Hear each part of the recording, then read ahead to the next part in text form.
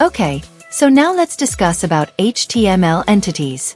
Now obviously if I talk about this particular definition, so I have taken this definition from Mozilla Web Docs. So Mozilla Web Docs is one place where you can learn about all these definitions, if I may, in quite simpler way.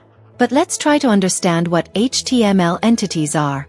So HTML entities are special symbols which are not available on your keyboard. So a very simple example.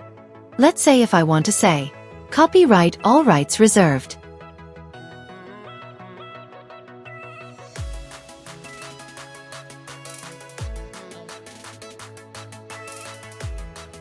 Now I want to showcase a copy symbol. So how will I do that? I will use HTML entity.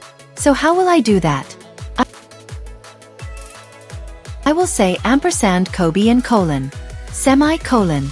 If I talk about I'll save the file.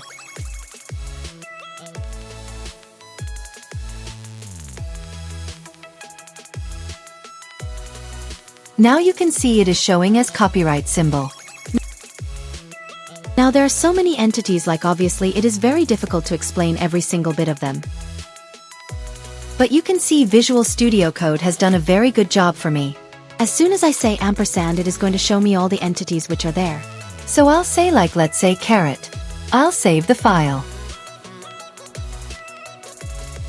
And now you can see this kind of a symbol caret if I talk about these symbols, or I would say entities which are not available in our keyboard, but still we want to display them in our web page, are used, or I would say shown using HTML entities. Now how many entities are available? So obviously you can come to this particular link and you will see all the list. Now they are not just this list. There are so many. I would say HTML entities which are available, so you can use any one of them and they are actually available in your particular web page. So this is what HTML entities are, and this is how we use it.